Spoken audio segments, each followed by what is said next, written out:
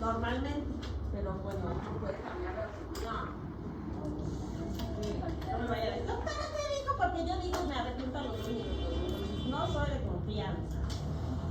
De momento creo que es solamente la última parte. Me hacen enojar. La verdad, este grupo no tengo ninguna expectativa, así que.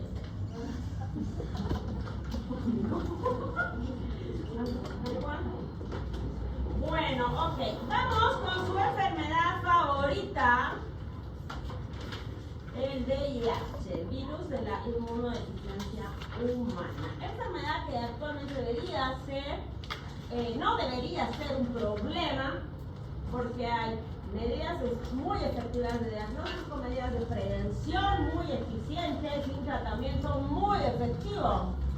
Razón por la cual debería ser una enfermedad crónica, degenerativa, más que un problema de salud pública. Y es un problema de salud pública.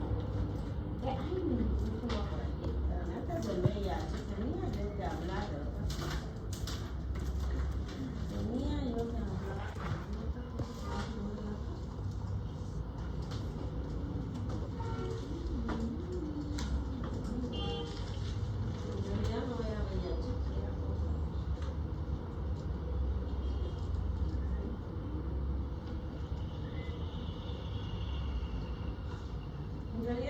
Primero de las inmunodeficiencias primarias, digo secundarias, ¿quién está la clase?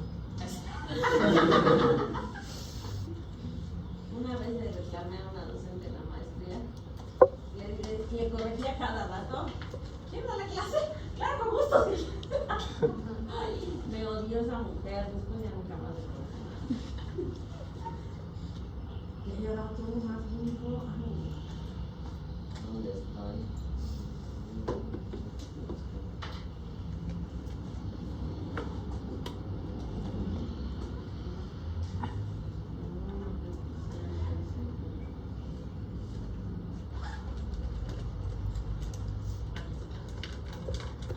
Entonces, las inmunodeficiencias secundarias corresponden a un grupo grande de enfermedades que se van a caracterizar por predisposición a infecciones. Son adquiridas, se deben posiblemente a un proceso infeccioso, como el caso del VIH, aunque la causa más común de inmunodeficiencia secundaria corresponde a la desnutrición.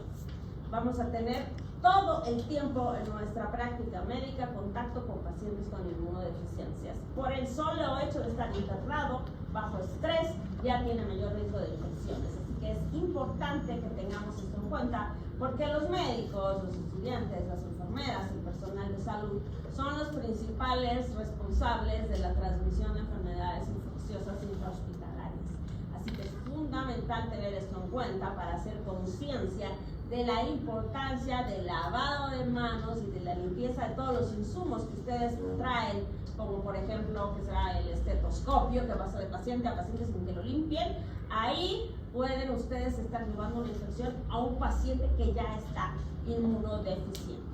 Las variedades de inmunodeficiencias secundarias son múltiples. Yo puedo tener una inmunodeficiencia muy suave o una inmunodeficiencia muy grave. Eso ya dependerá de todos los factores ambientales que se estén conjugando en un solo paciente. Así que yo puedo tener desnutrición, más infecciones, más estrés ambiental. En un viejito que está operado tomando metrotexate, se darán cuenta que se va a infectar fija. Y no es raro que eso tengas. Un paciente malnutrido, un diabético, que tiene una infección de vías urinarias, que está estresado por el proceso infeccioso, que además tiene 65 o 70 años, que lo van a operar de un pie diabético y que quizá está usando algún medicamento. Entonces, mira, todos esos factores fácilmente los integras en un solo paciente. Y mira, me salté acá, pero ya es un paciente con problema metabólico. Así que es bien fácil que en medicina interna encuentres pacientes con alteraciones de la respuesta inmune fija y que se van a inmunodeprimir y que se van a infectar o que les va a aparecer un cáncer por ahí. Así que es importante tener en cuenta que cualquier paciente hospitalizado, por el solo hecho de estar hospitalizado, está estresado, liberación de cortisol y se va a infectar más rápido. Razón por la cual al paciente hay que botarlo del hospital lo antes posible. Digamos que tienen ustedes un viejito de unos 78 años que ha tenido un accidente cerebrovascular. Lo trataron a tiempo, el paciente ya está recuperándose, solo requiere fisioterapia. Y la familia no quiere llevárselo. El paciente ya no necesita estar en el hospital. Y les pide por favor que no lo den de alta porque no hay quien lo cuide en su casa. ¿Qué hacen? ¿Lo dejan en el hospital? ¿Es su hospital privado? ¿Lo dejan o lo dan de alta? Dan de alta. ¿Qué? Lo das de alta. Si estás en un público lo das de alta, no le preguntas a familiar. Sí. Pero en un privado,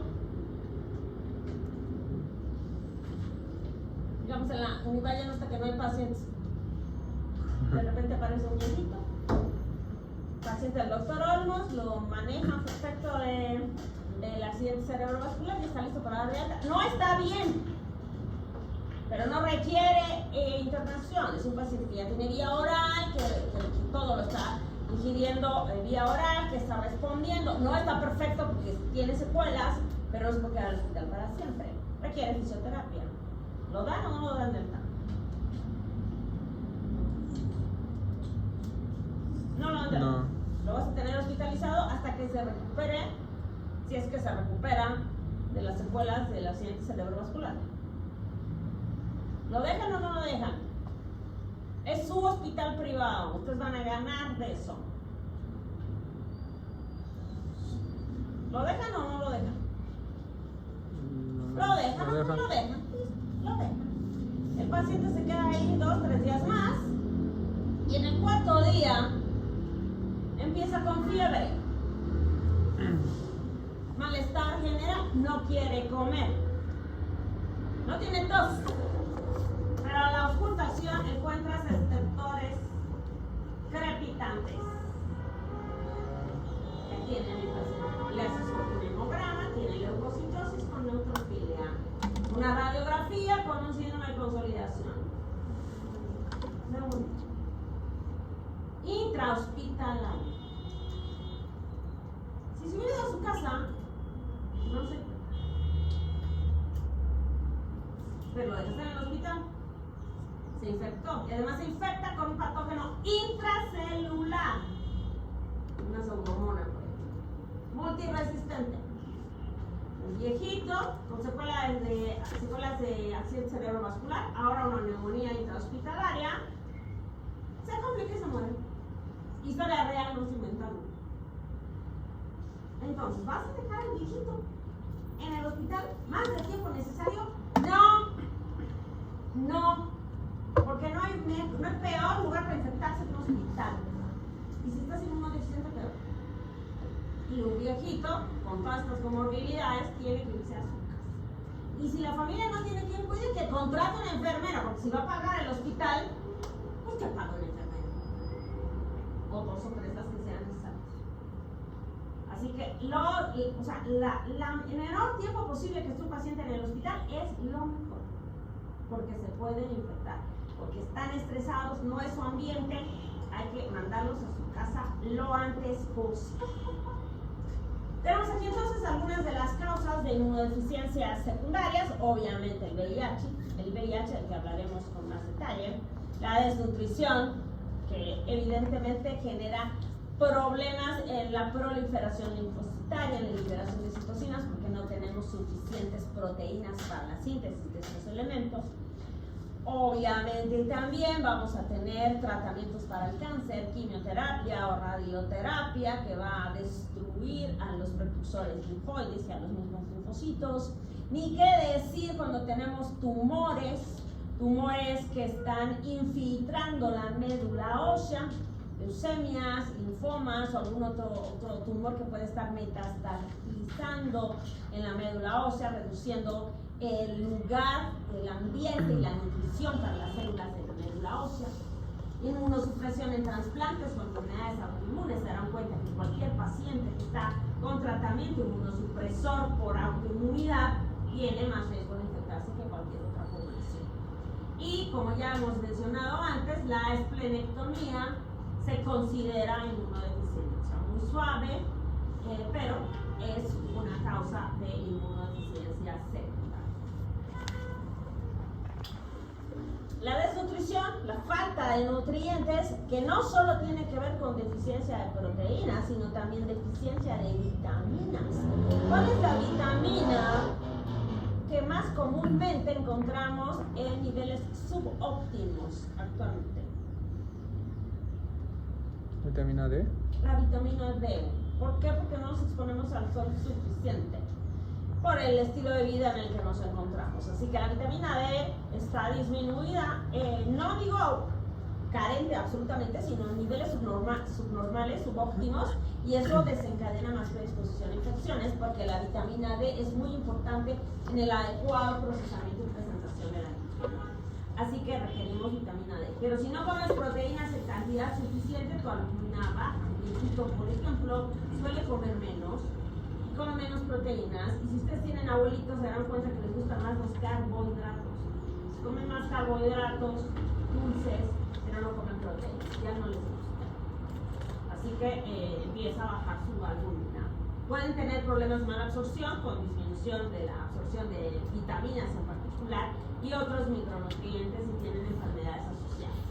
Toda esta falta o disminución de nutrientes van a generar una disminución de tu respuesta inmune, porque no tengo suficientes linfocitos, porque no funcionan bien los macrófagos, porque no hay niveles apropiados de anticuerpos. Todo eso lleva al aumento en la predisposición a infecciones. Así que una triada típica acá sería la malnutrición, la diabetes y la insuficiencia renal. ¿Y cuántos pacientes tenemos malnutridos diabéticos en fase terminal con insuficiencia renal? Un montón. Y se infectan. Todo paciente descompensado que entra en descompensación por uremia, por hiperambulemia o por diabetes está infectado. La infección causó la descompensación. ¿Y por qué se infectan? Porque están inmunodeficientes. Muchos procesos infecciosos desencadenan inmunodeficiencia. El Epstein-Barr, por ejemplo, que sabemos que destruye específicamente a las células B, además de inducir liberación de citocinas inmunosupresoras, lo mismo que el citomegalovirus, en ambos casos alteran el procesamiento del antígeno, disminuyendo la respuesta inmune de manera eficiente. La influenza también tiene su efecto inmunosupresor porque causa linfopenia, específicamente linfocitos T, reduce la producción de sustancias reguladoras a nivel respiratorio particularmente, lo que permite primero el desarrollo de la enfermedad viral y luego la coinfección bacteriana. ¿Cuántos pacientes entran al hospital por una infección viral o empiezan con un cuadro viral que luego se le sobreagrega una infección bacteriana?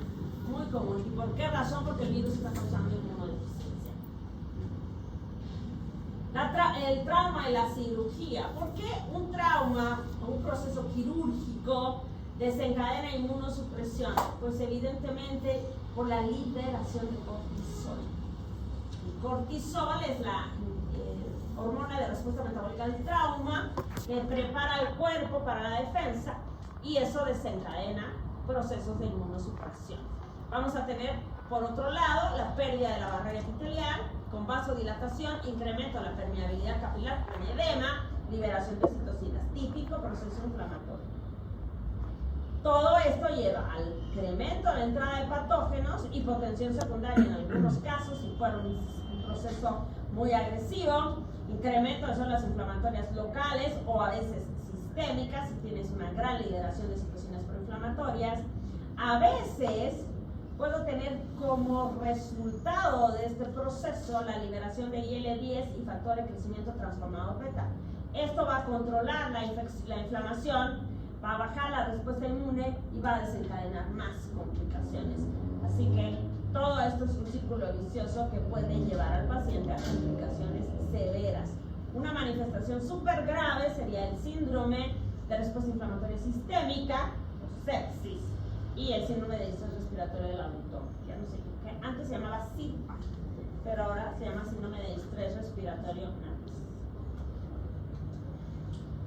Otra causa común de inmunodeficiencia es la inducida por inmunosupresores, y entre ellos tenemos a los esteroides. Los esteroides son importantes inmunosupresores.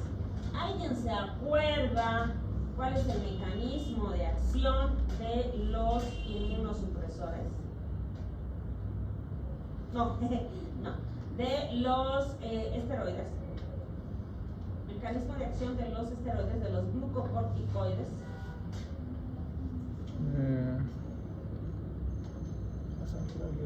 Lugarinos. Inhibían la COX-2. No, no son inhibidores de la COX. Los inhibidores de la COX son los AINES.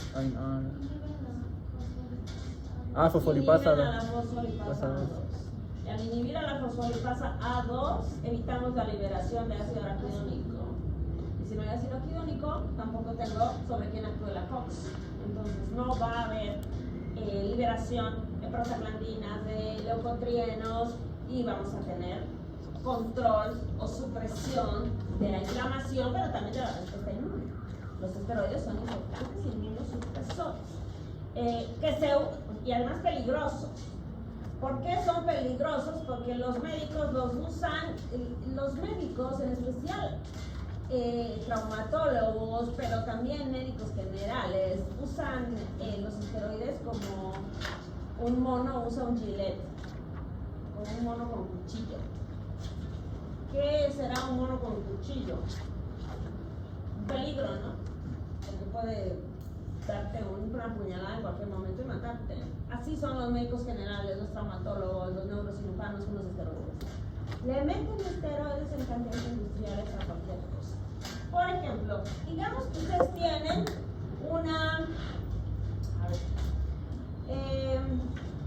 tienen malestar general, un poco de fiebre, dolor al deglutir.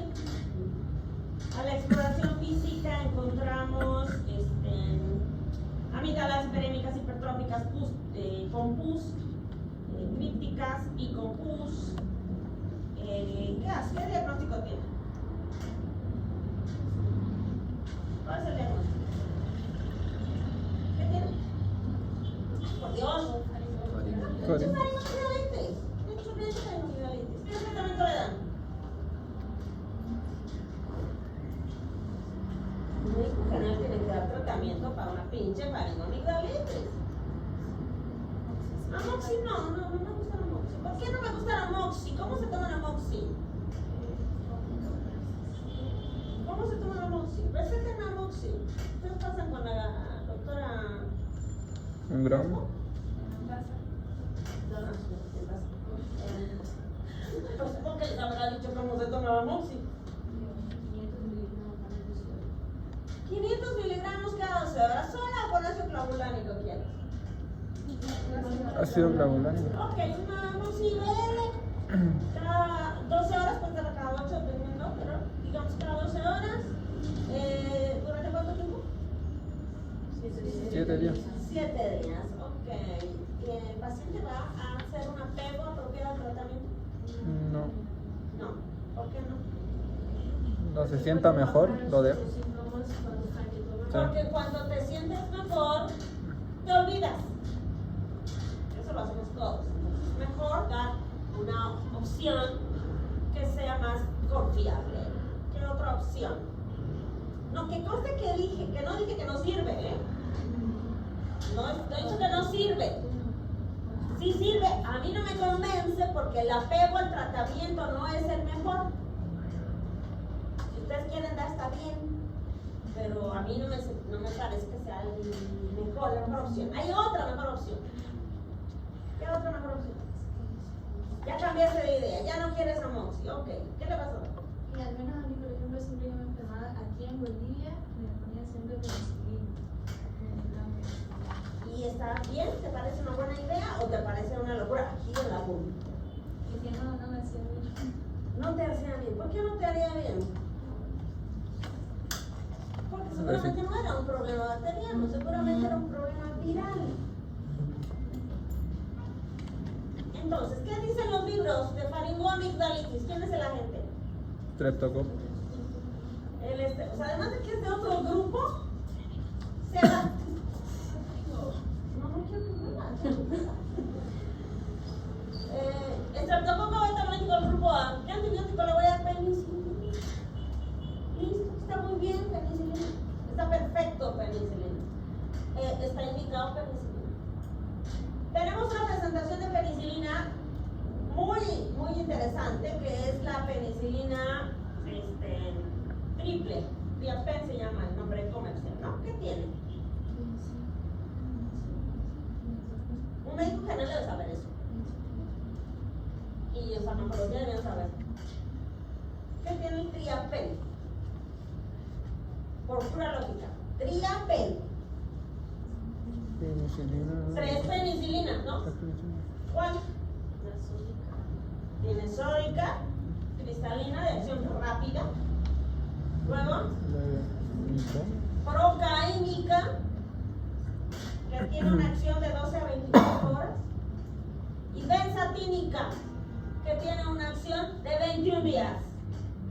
Entonces, tú le estás dando a tu paciente con una faringometalitis bacteriana una penicilina de acción rápida, que va a matar las bacterias rapidito. Una penicilina que te va a cubrir por 24 horas y otra que te va a cubrir durante 21 días. Una inyección más que suficiente, no necesitas más. Creo que hay gente que pone una Triapen hoy, otra mañana y otra pasado. ¿Para qué? No sé, no es necesario. Ahora, muchas veces, y es un error que comete mucho médico general, y es bueno que lo tengan en cuenta, das el antibiótico, pero no le das nada para los síntomas. El antibiótico no es mágico. Si el paciente no está yendo por la infección, está yendo porque le duele la cabeza, porque se siente mal, porque no puede deglutir, porque tiene fiebre. Y eso no se le va a quitar con la penicilina.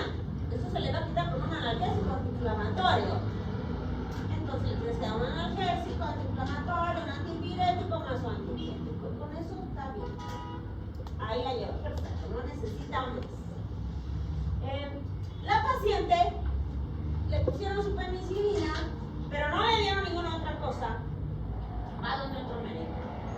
Y la Catalina dice, ¿sabes qué? Donde el doctor Mérida, ese se acuerda que era su compañero con ese, que no sabemos cómo probó tecnología. ¿Ese?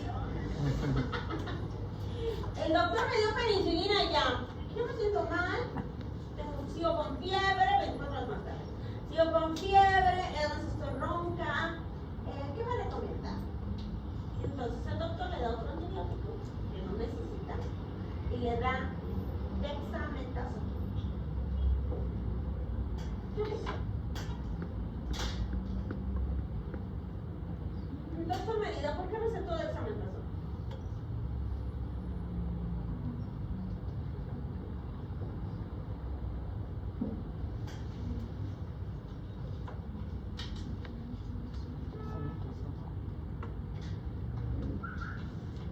¿Por qué van a necesitar dexametasona? Doctor, ¿de qué? ¿Por qué dexametasona? No es porque la bloquea, ¿no? O sea, como bloquea la pasada. Bloquea. O sea, tiene un efecto más rápido. No tiene un efecto más. Para empezar, la dexa no es efecto rápido. Es la hidrocortisona. La dexa es efecto más de depósito.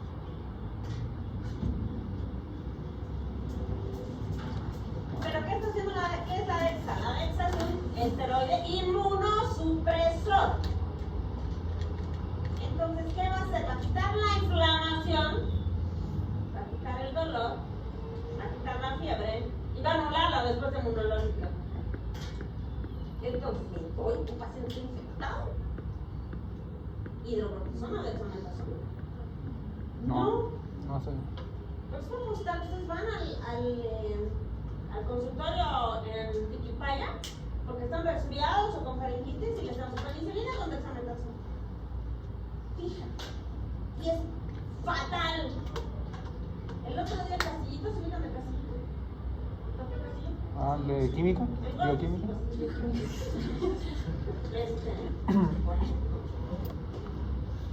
Jaimito. Mi amiguito.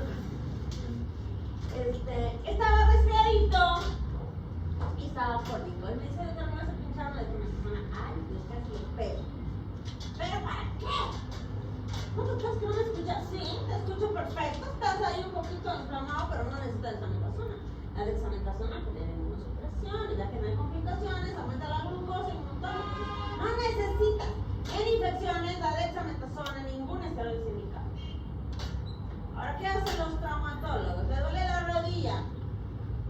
5 dexas. Una hoy, una mañana, otra pasada. 5 dexas. No es nada. ¿Qué hace la dexa a la larga con el cartílago? Provoca degeneración del cartílago. Si te inyectan esteroides directamente a la articulación en infiltraciones, tu cartílago se va al diablo por los esteroides. Pero el paciente sale del consultorio muy feliz y contento porque no le duele. Claro, ya no le duele. Pero veremos cómo va a estar dentro de unos añitos cuando su cartílago esté para el bobo y requiera una prótesis. Los esteroides hay que usarlos con respeto, con cuidado. Y no están usando alegremente porque se complican los pacientes. Hacen diabetes, se infectan, se complican. Y en una pinche gripa, resfrío o faringoamigdalitis no necesitas ir. No hay razón para eso. Pero van a ver mucho que lo hacen y está mal. ¿Qué hacen los esteroides además de inhibir a la fosfolipasa A2? Van a inhibir el tráfico y acceso de linfocitos a la zona de la inflamación, obviamente. Estabilizan las membranas lisosomales y las membranas celulares al inhibir a la fosfolipasa A2, de manera que no se liberan sustancias que favorecen el proceso inflamatorio. Así que vamos a suprimir todos los factores humorales relacionados con la inflamación. Los esteroides son antiinflamatorios, sí. Poderosos. Son inmunosupresores, sí. Poderosos. Y los pacientes a veces se vuelven dependientes de los esteroides, con todas las complicaciones que esto desencadena. Así que hay que ser cuidadosos con los esteroides. De hecho, en enfermedades autoinmunes, hace 30 años, 40 años, el tratamiento era esteroides para enfermedades autoinmunes. Pero con las complicaciones tremendas que tienen, el objetivo actual de los inmunólogos y reumatólogos que manejan esto, los actuales, los que están actualizados, es esteroides no. O de forma aguda esteroides y luego los quitas y le das otro tipo de inmunosupresores. Pero hay que tratar de quitar los esteroides lo antes posible porque las complicaciones de los pacientes son muchas. Así que tenemos muchos inmunosupresores que ahora se conocen como fármacos antirreumáticos modificadores de la enfermedad, que se usan un montón. Ahí tenemos el ácido micofenólico, que ya hemos comentado en otra clase, el metrotexate, la ciclosporina, la leflunomida, la ciclofosfamida, que es un agente alquilante que también se usa a veces en ciclos de ciclofosfamida para pacientes con lupus, con artritis. Se les dan pulsos. Se interna cada 3-6 meses y les das pulsos con ciclofosfamida, a veces azatioprina. La azatioprina es un análogo de la 6-metacaptoprina, es un importantísimo inmunosupresor que es de lo que más se utiliza para el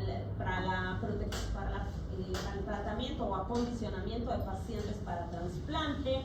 El ácido micofenólico, que ya lo comentamos, inhibidor de la inosina monofosfato deshidrogenasa, el metrotexate, inhibidor de la dihidrofolato reductasa, ciclosporina, que ya saben, y la leflunomida, inhibidor de la dihidrofolatato deshidrogenasa. Estos son solo algunos inmunosupresores. Estos también de a poco están siendo utilizados con cuidado y están siendo reemplazados, por ejemplo, en lupus, por terapias biológicas con anticuerpos monoclonales, por ejemplo. Es muy común que se use ahora rituximab en pacientes con lupus. La internas, le das su bolo de rituximab 12-24 horas y luego le vas a dar uno nuevo a los 6 meses. Así que va a ir variando. Hay un montón de otros medicamentos que vamos a ir viendo luego cuando hablemos más de lupus. La segunda causa quizá más importante de inmunodeficiencia es el VIH, que repito, no debería ser. El VIH es una enfermedad infecciosa que aparece en el 84, en el 85, por ahí, en pacientes o en personas que eran homosexuales o usadores habituales de drogas endogenosas como pacientes. Esta infección aparece en Nueva York y en San Francisco. Ahí es donde se empiezan a ver los primeros casos de esta enfermedad.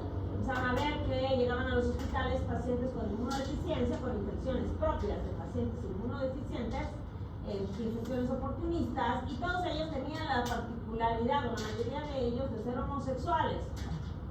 Y le denominaron en aquella época la peste rosa. Era una especie de maldición para los sodomitas. ¿Saben los sodomitas, verdad? ¿No saben lo que es sodomita? ¿No? Los sodomitas son los que vivían en Sodoma y Gomorra.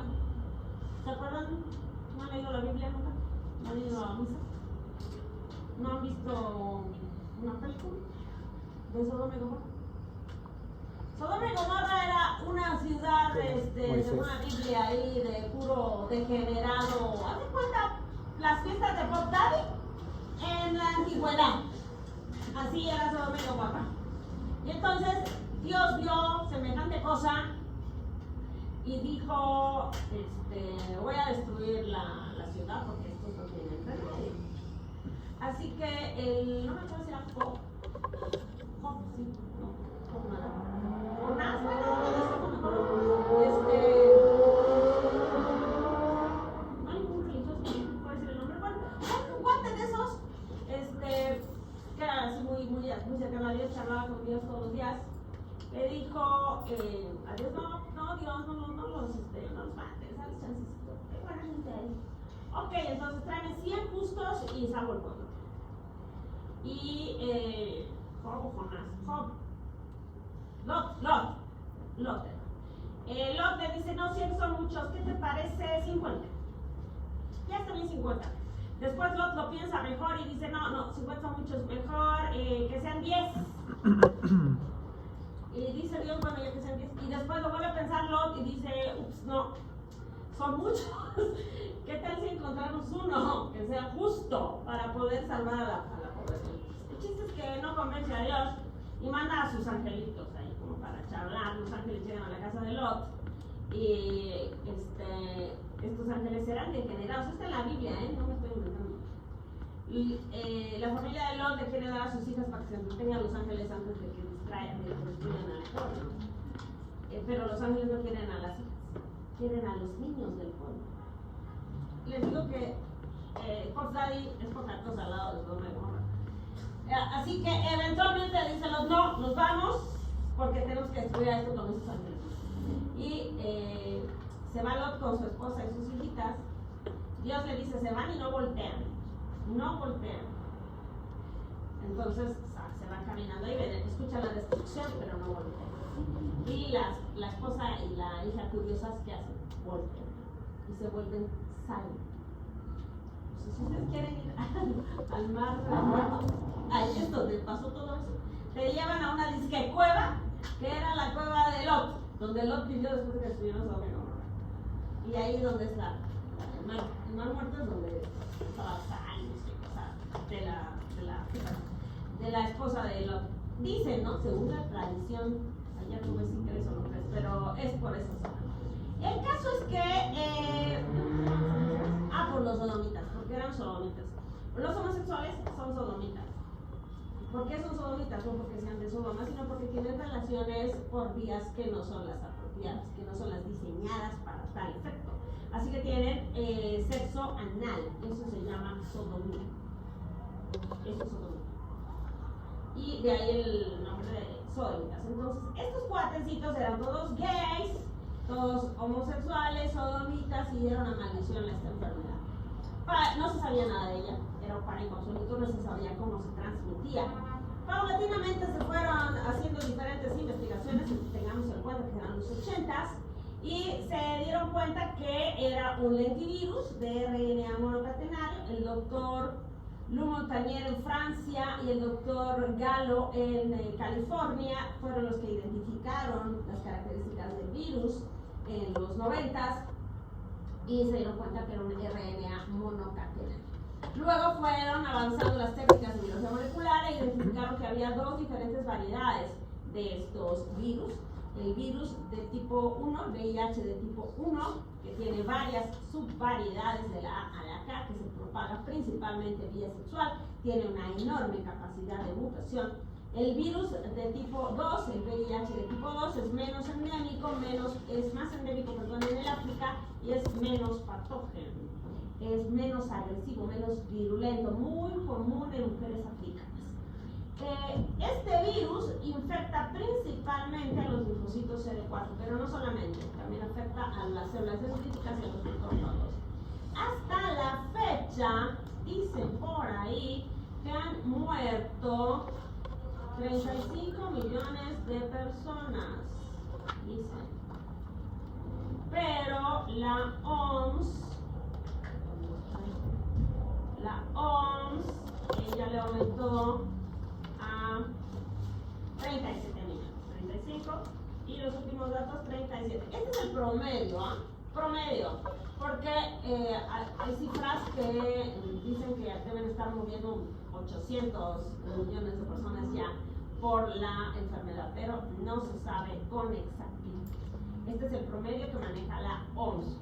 Y la transmisión, ya saben, es contacto sexual, vertical o parenteral. ¿Qué quiere decir parenteral? Por sangre o fluidos, sangre o jeringas.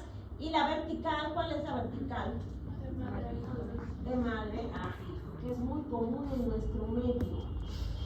En nuestro medio es muy común, bueno, no voy a decir acá en la zona donde nosotros vivimos, ¿no? Pero si te vas más para allá están bloqueando con el pedófilo ese, ahí donde están bloqueando en el Chapare, en esas zonas, las mujeres empiezan muy temprano su vida sexual, no hay un cuidado, tampoco es que sean, ¿cómo se llama? Tengan una sola pareja, sino que alegremente, y hay mucha infección con VIH. Y lo peor del caso es que les vale gorro. Tienen VIH, saben que tienen VIH, se embarazan, tienen el hijo, no le dan tratamiento al hijo, acabas con el hijo, lo van a ver, en el hospital les acaban niños con VIH, en el hospital acá en el Ascenso Villarroel, muchos niños con VIH. Lo peor es que viene el niño fatal con VIH y la madre embarazada con VIH. Le dicen, vaya a tomar tratamiento, le dan su tratamiento, la vieja no lo toma y vuelve y el niño nace con VIH. Hay varios escenarios que ustedes van a aprender cuando pasen por pediatría y ginecología sobre el VIH. Y parece que estuvieras en otro mundo, porque con el tratamiento que existe ahora, no debería haber pacientes con VIH. No debería haber niños con VIH. No debería.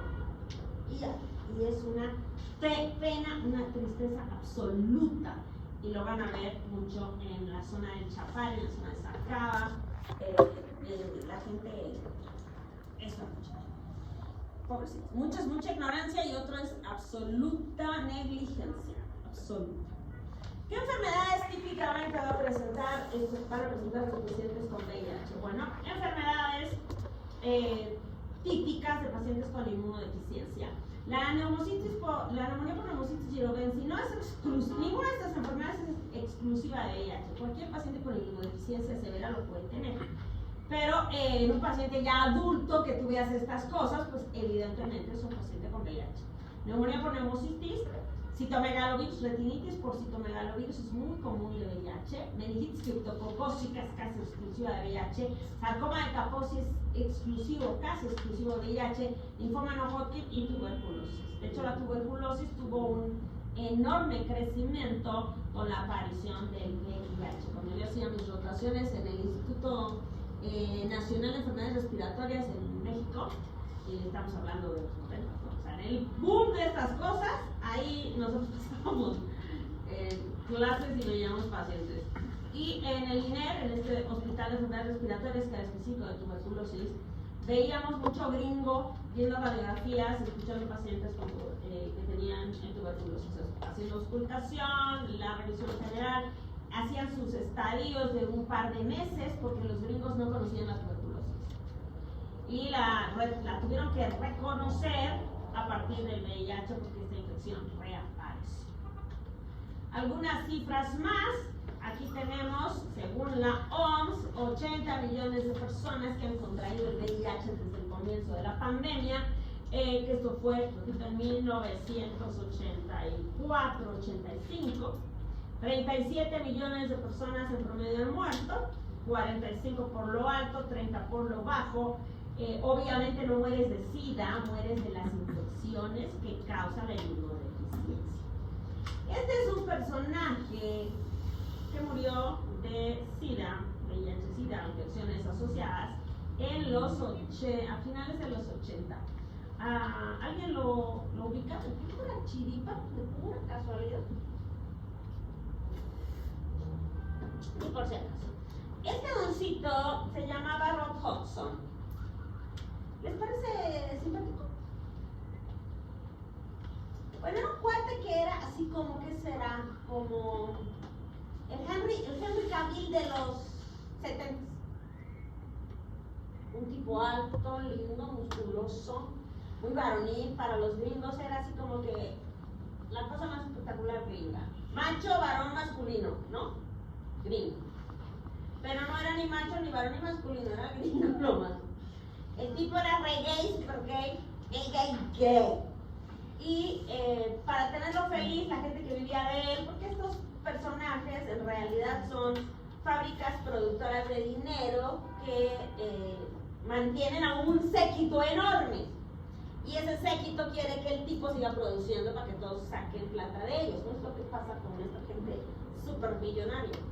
Así que para que él estuviera feliz, pues como al Evo le llevaban sus chiquitos. Su ganado, pues, para que estuviera feliz y contento. Pues tuvo tanto ganado ahí que le dio VIH. Y tuvo que salir en los 80 a decir, ¿saben qué? Que tengo VIH.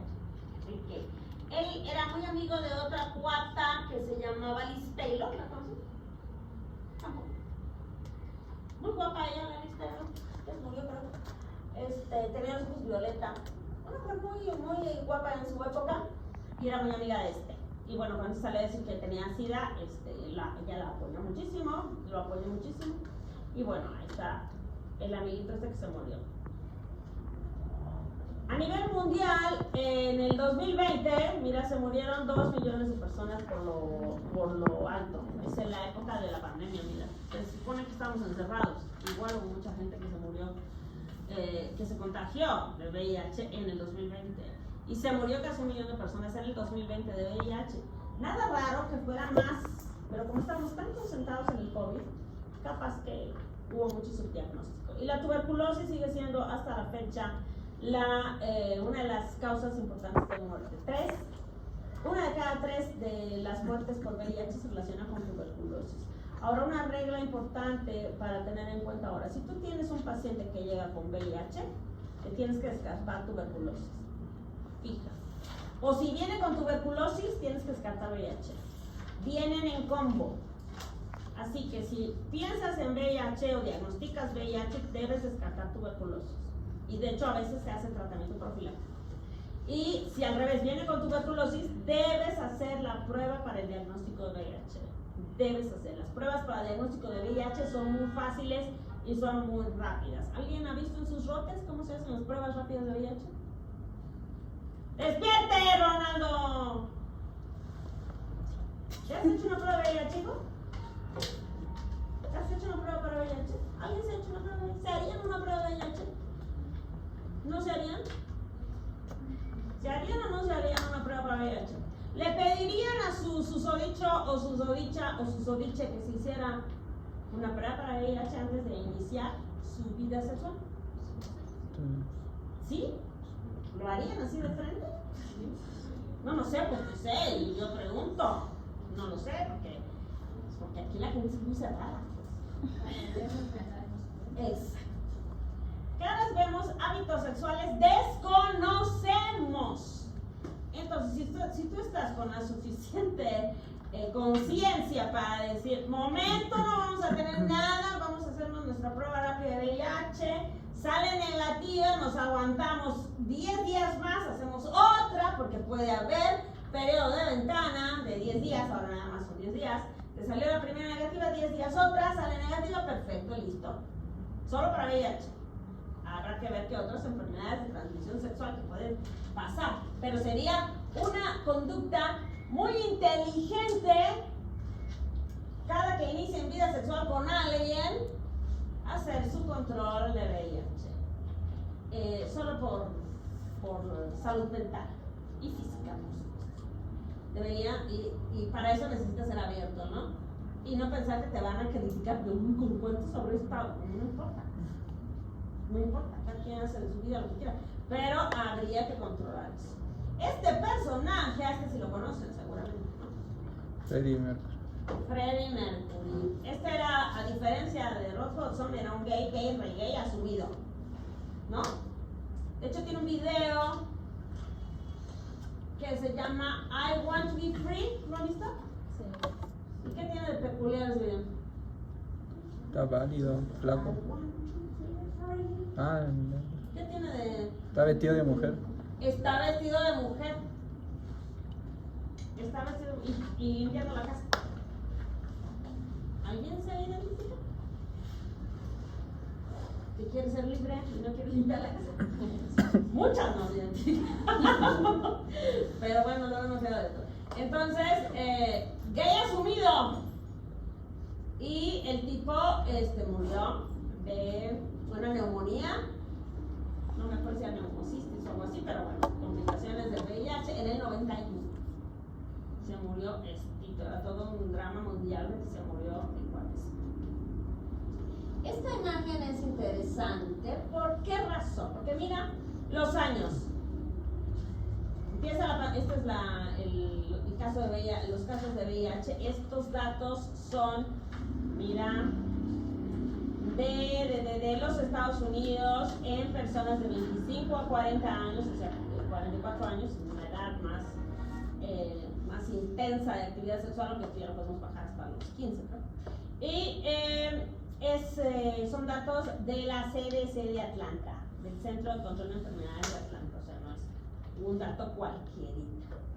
Y fíjate la cantidad de muertos que había acá, comparado con el resto de enfermedades, con accidentes, cáncer, cardiopatía, suicidio. Mira el SIDA. Entre el 1993 hasta el 96 era la principal causa de muerte. Era importante. Luego ya se controló con el advenimiento de los medicamentos inmunosupresores. Hay una película que se llama El Club de los Desahuciados. ¿Lo han visto? ¿Lo han visto el Club de los Desahuciados? A ver. Yo tampoco lo he visto. Pero es el Club de los Desahuciados.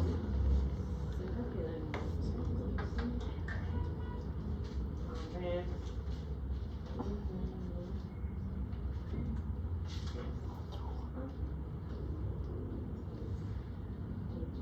Bueno, este es el título en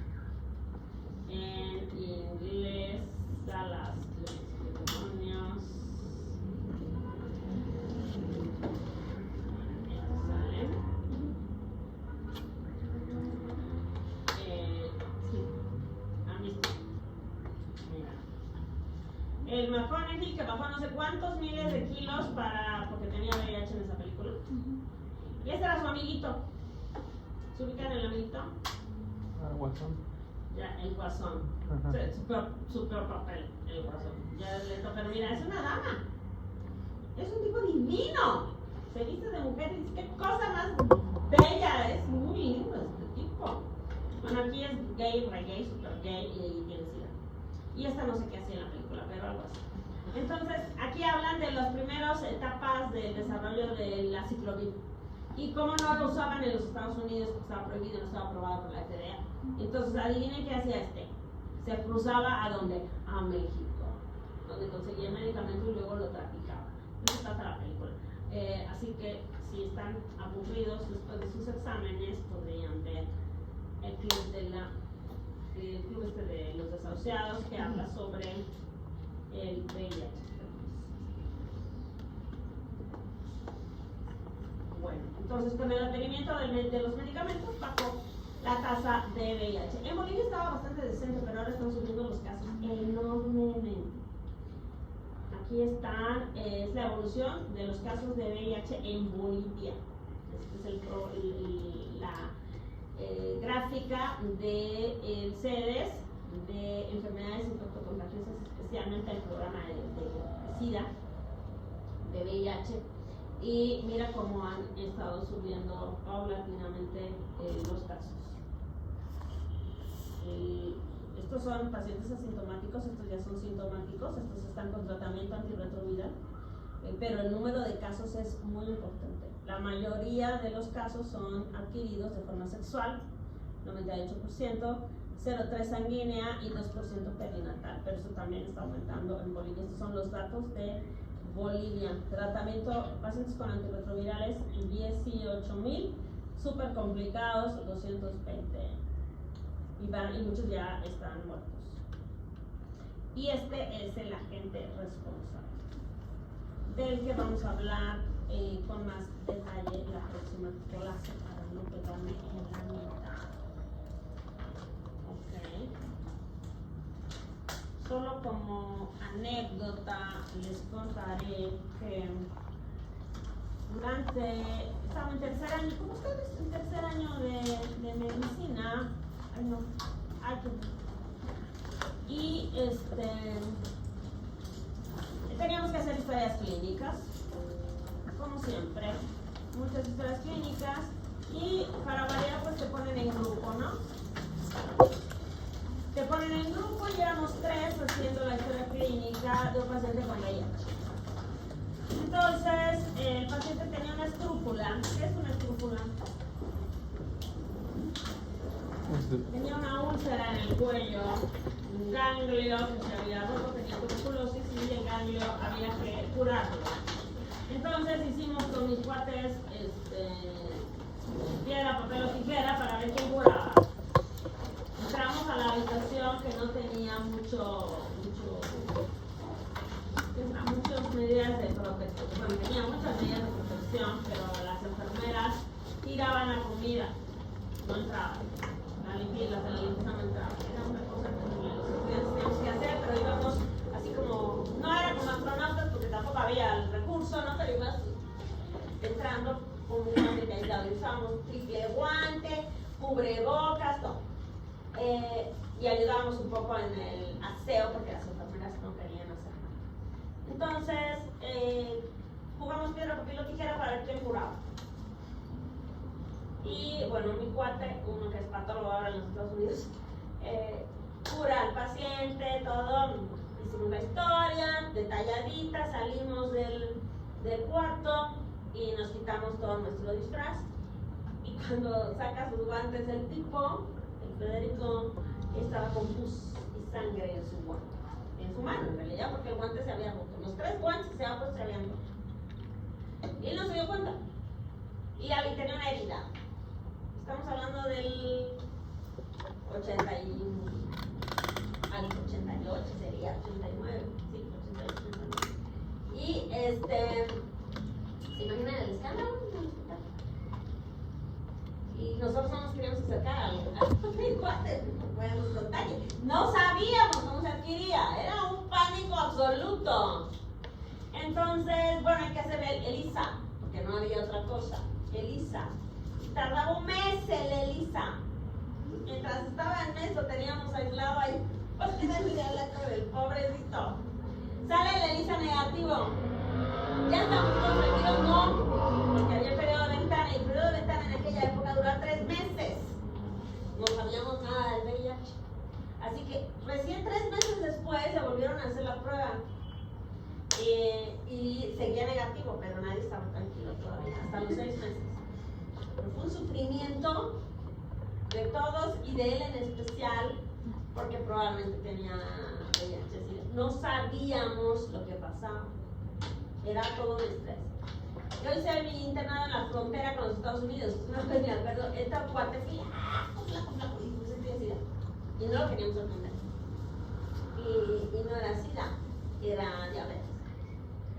Estaba descompensado, súper tocado, pero el ojo clínico no lo teníamos, y como estamos apanicados en la frontera de los Estados Unidos en el 90, pues obviamente todo le veíamos SIDA, y todo era SIDA, pero bueno, no todo.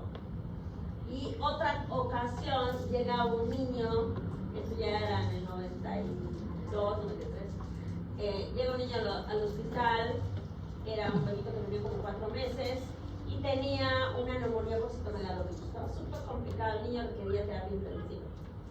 Estaba por entrar a la terapia intensiva cuando llega no tenía ningún dato de riesgo, pensamos que era una inmunodeficiencia primaria, y la madre no tenía ningún factor de riesgo, pero llega el padre, que era un egipcio mayor, y tenía una lesión en la cabeza, en la frente, y eran lesiones de sarcoma de Kaposi.